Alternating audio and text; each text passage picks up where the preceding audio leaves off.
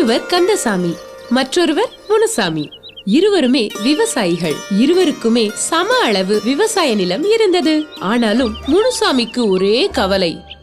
கந்தசாமிக்கோ நல்ல விளைச்சல், முனுசாமிக்கோ விளைச்சல் மிக குறைவு.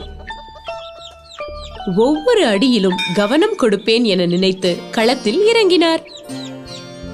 உழுத நிலமோ தயார். நன்கு உழுத நிலமோ தயார். நல்ல பலன் தரும் விதையும் விதைத்தார். உரம், யூரியா, கிருமி நாசினி என அனைத்து நவீன முறைகளையும் உபயோகித்தார். பணத்தையும் வாரி இறைத்தார். ஆனால் கண்ட பலனோ குறைவு. கந்தசாமியின் அற்புதமான விளைச்சலை பார்த்து ஏன் இந்த வேறுபாடு என யோசித்தார். நிலத்தின் வித்தியாசமா அல்லது ஏதேனும் மந்திர ஜாலமா? மனமோ ஒரே நிலையில் இல்லை. கந்தசாமியிடமே கேட்டார், இதன் ரகசியம்தான் என்ன? ஏ கந்தசாமி, நிலத்துல நான் கூட பணத்தை கொட்டணும்பா, ஆனா உன்னை போல அறுவடை கிடைக்கலையே. இத ரகசியம் என்ன, நீயே சொல்ல. அண்ணே, இதெல்லாம் இயற்கை முறை விவசாயத்தின் அற்புதண்ணே.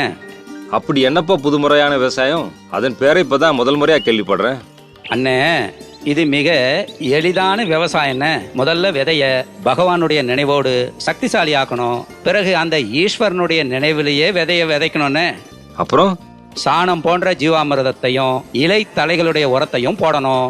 பிறகு கிருமிகளை கொல்ல வேப்பிலை சாறையும் கோமியத்தையும் சேர்த்து தெளிக்கணும். இதுக்கு மேல முக்கியமான விஷயத்த சொல்லட்டுமா?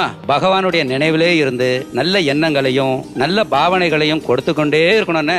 பயிர்களுக்கு கூட அன்பை தானே வேண்டுது, விஷம் போன்ற உரங்களை கிடையாது. யோ பைத்தியமா நீ? இது நடக்கக்கூடிய விஷயமா என்ன? அட, நடக்க முடியாதது எதுவுமே இல்லைண்ணே. நான் மட்டும் இல்லைண்ணே, ஆயிரக்கணக்கான விவசாயிங்க இந்த மாதிரி தானே விவசாயமே பண்றாங்க. பாருங்க, இதுல விளைஞ்ச இந்த பழத்தை கொஞ்சம் சாப்பிட்டு தான் பாருங்களேன். ஆஹா, என்ன ருசி! இந்த மாதிரி பழத்தை நான் இப்பதான் வாழ்க்கையிலே சாப்பிடுறேன். இனிமே நான் கூட இந்த சாஸ்வத யோக முறை விவசாயத்தை பண்ண போறேன். செலவும் கம்மி, உழைப்பும் கம்மி, சுத்த மனசுல உற்பத்தியான சுத்தமான பயிர்.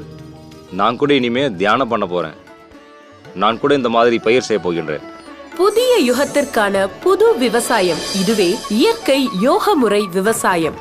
இப்போ முனுசாமிக்கும் கந்தசாமிக்கும் மட்டற்ற மகிழ்ச்சி. வாழ்க்கையும் சுகமாச்சு, பயிரும் வளமாச்சு.